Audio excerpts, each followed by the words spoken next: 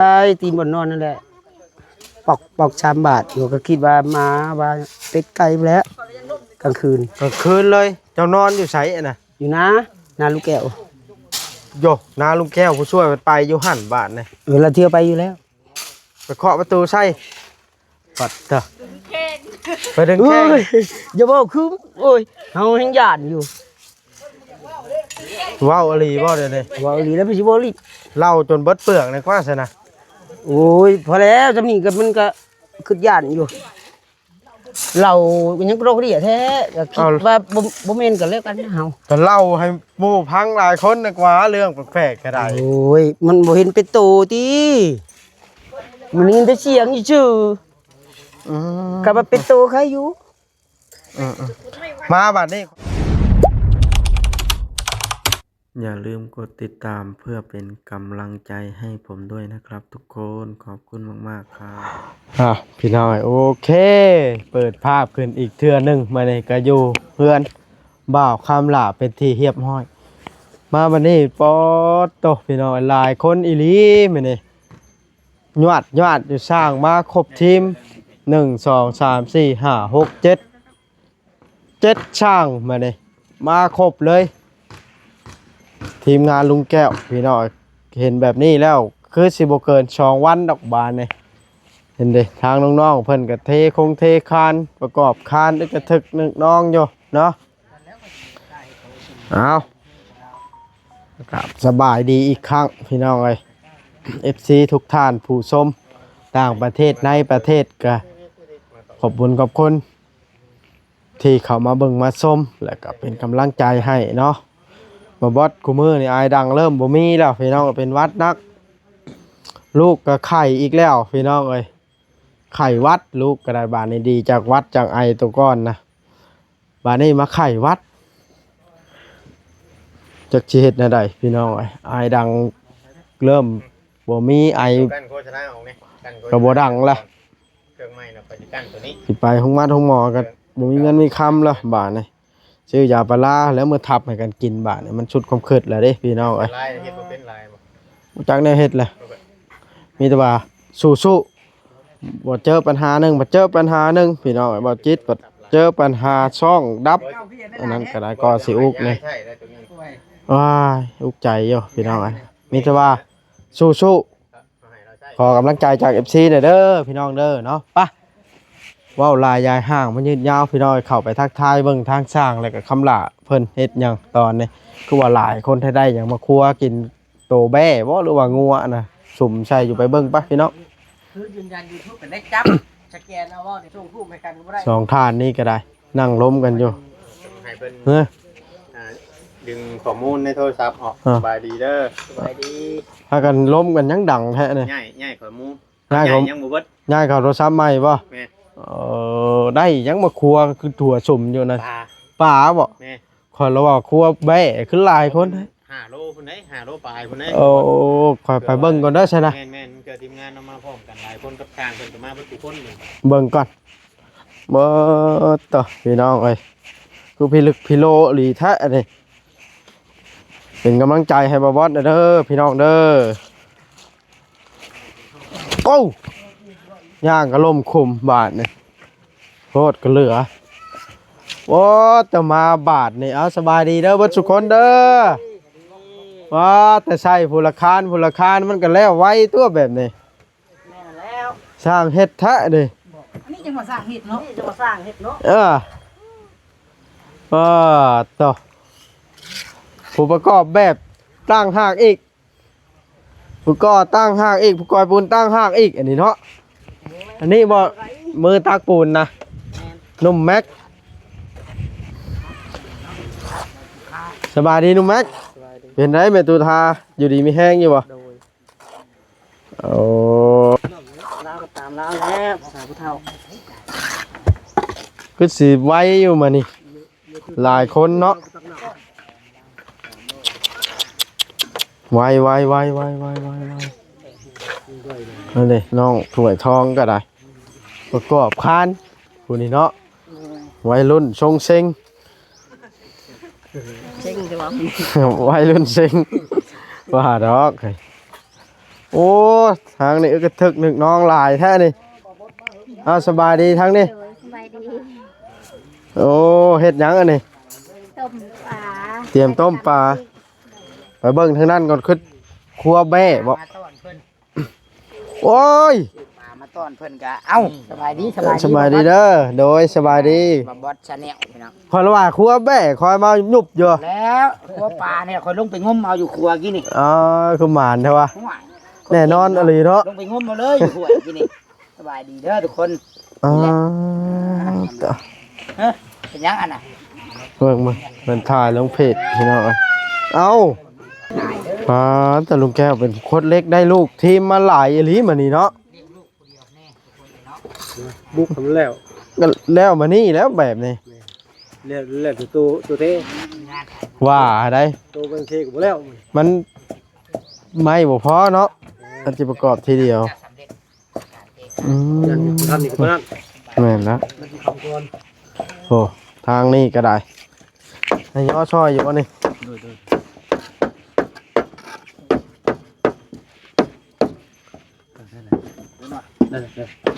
อืมฮะรีบลงอีกเลย มัดถึงอะไรมัน ต่อหัวไม้ก่อนนี่หัวไม้บอกมัดเข่งไรอันนี้มันเป็นมัดเขาถึงใช่ไหมอยู่พอตก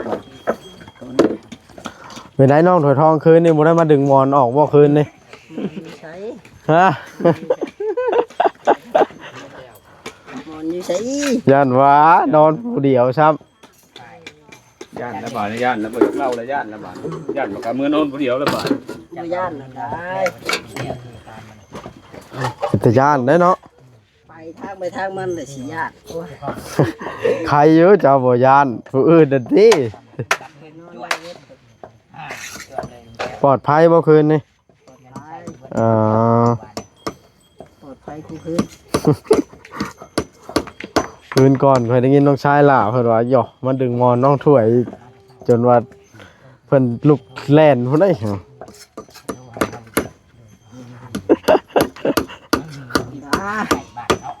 ใคร เอ้ยเพิ่นตกเกี่ยวสิเขาเอิ้นสิย่านแล้ว ใครอยู่เกิดเป็นคนบ่ย่านเนาะ เป็นย่านละโด โดย ทางมันเลยเขาเอิ้นแค่ก็ย่านแล้ว เพราะว่าทางเอ้ยเวียดเข้าใจเขา ไป เนาะ คนละทางเลยเนาะ ไปสมาธิ เราเราสู้บ่ไหว โอ้เฮ็ดคานใหญ่อันนี้นี่เนาะ เข้ามามันยากมาลุง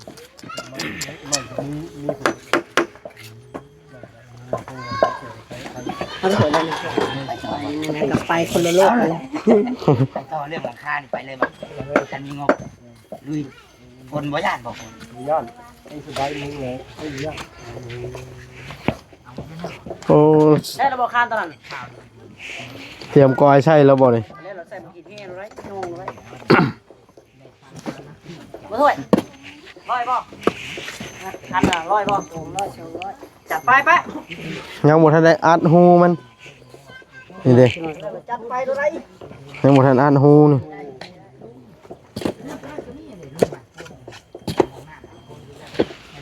ต้องอัดหูก่อนมันสิไหลออกเนาะ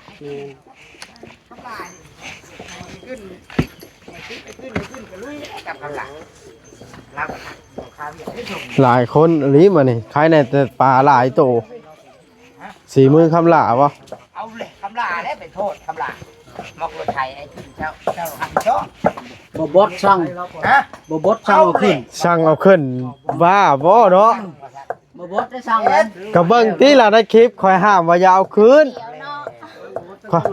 คำลาโยนก็ไปโยนกันมาส่งไอ้น้องเพิ่นว่า คอยมีคลิปพิสูจน์อยู่คอยนะ ผมบอสไปเลยไม่เขาหลาเป็นผู้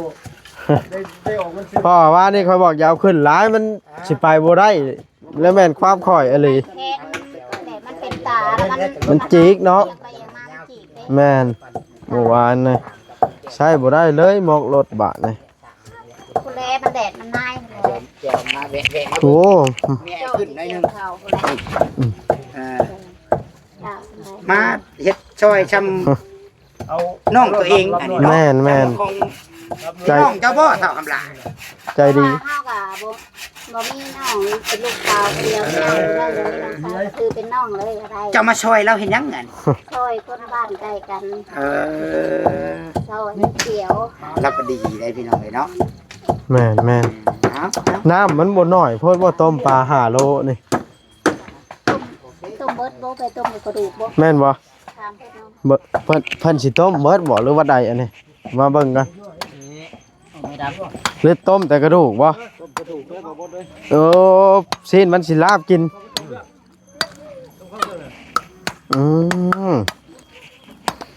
ซีนมันละสิลาบกินพี่น้องเอ้ยลาบป่ากินบ่เบิดได้ลาบก้อยบ่ว่าคำละโอ้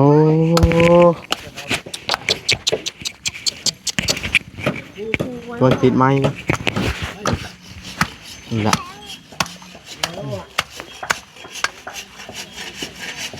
เราไม่ตุผ้าก็มี ไปอยู่นำกันหลายคนช่วงนี้มันแบบว่าว่างเวียกแล้วเนาะดำหน้าดำให้กันแล้วล่ะ เอาพี่เอาไม้ตุผ้าพี่นี่นะนี่นี่ เราตัดแล้วเราก็ผ้าเอา บอตัวนั้นมาหัวนะยำมันสั่นตัวนี้ที่นี่มันสั่นเลยนี่ละเฮ้ยตัวกับผ้าพ่อมันเบื่อนั่น สิ ได้พ่อซ้ำนะ สิแกงบ่จังตัดน้อยแท้นี่ตัดครึ่งก็เอาแล้วฮะซ้ำนั้นก็พอดีละตัดซ้ำน้ำลุงเฉิดนะโมเมนต์แกงยังสิไปตัดนั่นอ่ะ เยอะ แล้วมันมุ่นไหน นี่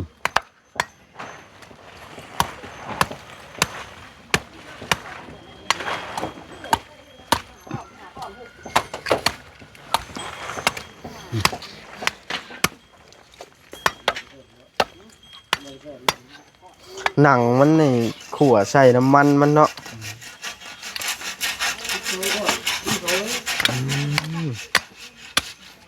ปลาใหญ่ครับนี่เนาะบอกคำละ โดย 3 ตัว5 โล 3 ตัว5 โล 4 ขีด มันใหญ่เหรอ คอยป้อนขึ้นในเทิงนะไผไปหานจักแล้วซะ ทานยัง หานกุ้งไม้ โอ้ มืด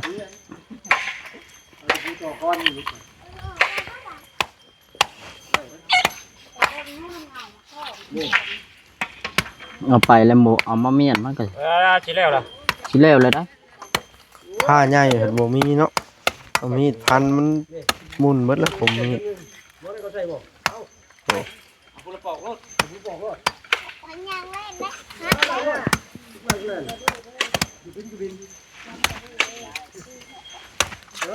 ใส่ปอกแข็งเลยก็เลยกินเอาก่อน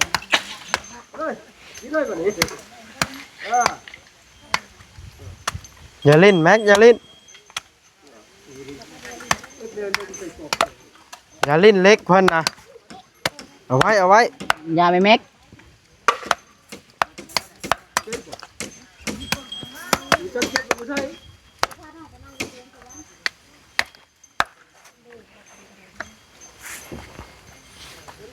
บ่ง่ายปานใด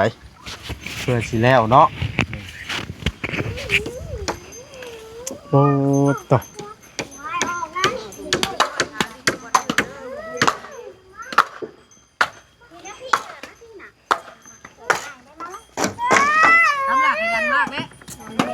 ขยันมากเฮ็ดกินกำลังสิต้มปลาทำละลูกสมุนแล้วเอามาเบิดมีเท่าไหร่แค่เชื่อทรงเด็กช่างเห็นว่าอันเทียนหัวโปกกับตาบาร์เบอร์เริ่มเฮ็ดออกมาใหม่ล่ะเนาะเห็นแล้วบ่ ตัดผมอะไรย่อมหัวมันย่อมผมดำขึ้นกันมันเริ่มงอก แล้วสิซื้อฮะถามไผอย่าถามล่ะ บดย่าน ไม่อยากถามเลยผี อย่าถามล่ะถามซะ เราก็กล้าตอบเขาก็ย่านกัน เข้าขย่านคือกัน ปูนคนละยี่ห้อ ปูนสีดำตัวนี้เนาะปูนช่างน้ำดำได้นี่เนาะดินดุง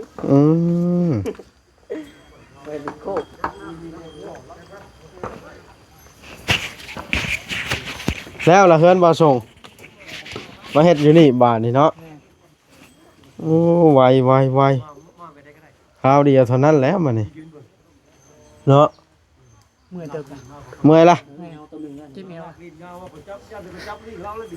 สองคนก่อเอื้อกับผสมเป็นเจ้าถามเรื่องผีแล้วเป็นเรื่องเบิ่ง ไผ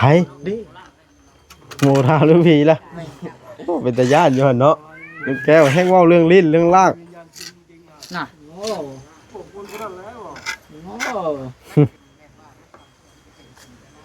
น่าทางตะเปนสมเทคา เราพ่อบ่สั่งแปรอะไรถึกถามแล้วกันเพิ่นพ่อนะมาเป็นไก่มื้อไปถามมาเมื่อนอนเถียงบ่ได้เอาดอก สั่งแปรอยู่กับไผของมื้อนี่ เดียว อยู่ผู้เดียว เลย เป็นอะไรก็เล่าให้ฟังหน่อยว่า อย่าพัง อยากฟังอะไรบ้างมันติดไม้กัน ยังรีบอยู่ เป็นอะไรก็อยู่ผู้เดียวนะ ขอประตูซ้ายตีนบนนอนนั่นแหละปอกชามบาทอยู่ก็คิดว่ามาว่าเป็ดไก่ไปแล้วกลางคืน ก็คืนเลยเจ้านอนอยู่ไสอะน่ะ อยู่นะนาลูกแก้ว โยนาลุงแก้วผู้ช่วยมันไปอยู่หั่นบ้านนี่ เวลาเที่ยวไปอยู่แล้ว ไปเคาะประตูใส่ปัดเถอะไปดึง เอ้ แข้ง ยอย่าบอกคือโอ้ยเฮาแห่งหยาดอยู่ ว้าวอลีบ่เดี๋ยวนี้ ว่าอีหลีแล้วไปสิบ่ลี เล่าจนเบิดเปลือกในกว่าซะนะ โอ้ยพอแล้วจำนี่ก็มันก็คือหยาดอยู่เรายังโรคเรียแท้ก็คิดว่าบ่แม่นกันแล้วกันนะเฮา ก็เล่าให้หมู่พังหลายคนนึกว่าเรื่องแปลกๆก็ได้ โอ้ยมันบ่เห็นเป็นโตติมันยินแต่เสียงซื่อ อืม ก็ว่าเป็นโตใครอยู่ มาบัดนี้ข่อยสิแนะนำเด้อ เฮ็ดได้ ขอเลขมาให้ข่อย ข่อยก็ยังได้อยู่คันว่ามาเป็นโตคอนำ บ่แล้วเสียงอะไรขอเลขแน่สิเดี๋ยว6โต อืม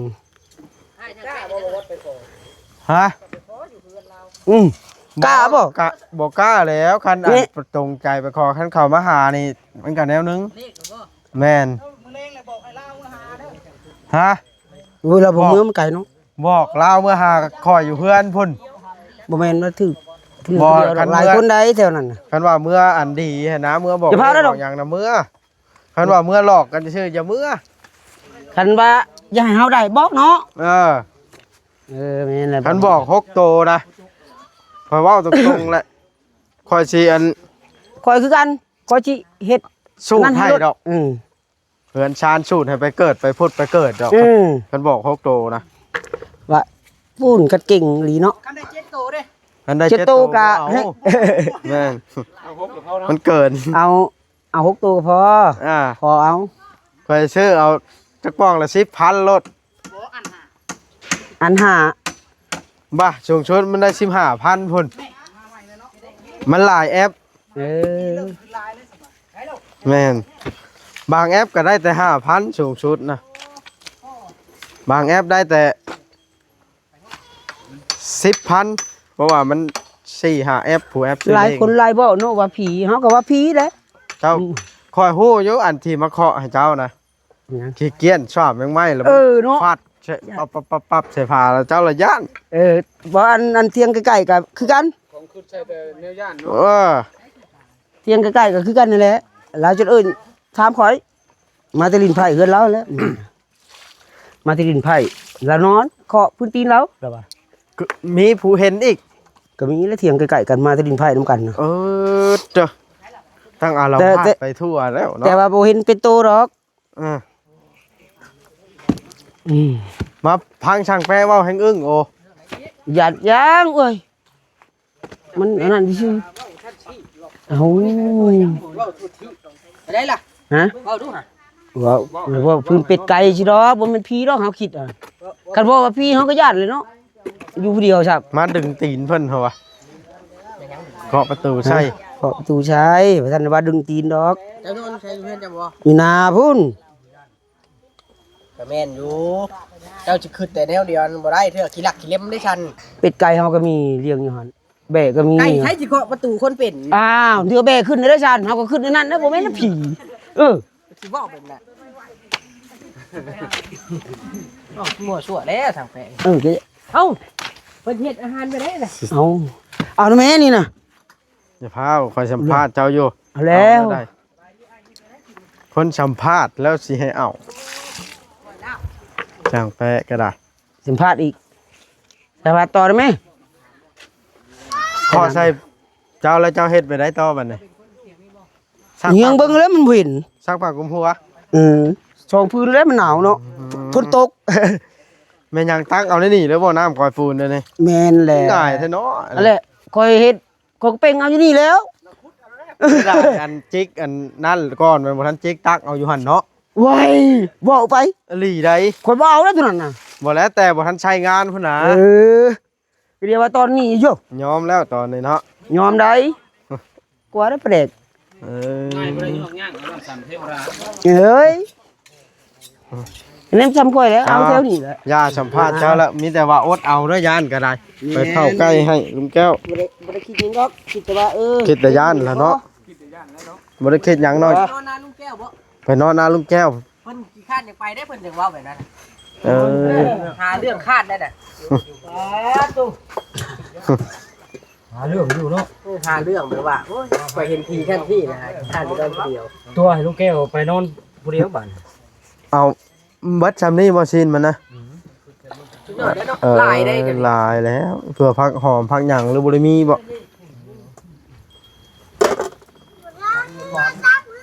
บอกว่าเฮ็ดเป็นอยู่บ่ป่า บ่ปานใดได้ เฮาอยากกินดิบแล้ว อ่าพี่น้องคลิปนี้ก็สิบ่มีหยังหลายมากมายกว่านี้ดอกสิได้จบคลิปก่อนสบายดีเด้อพี่น้องเด้อ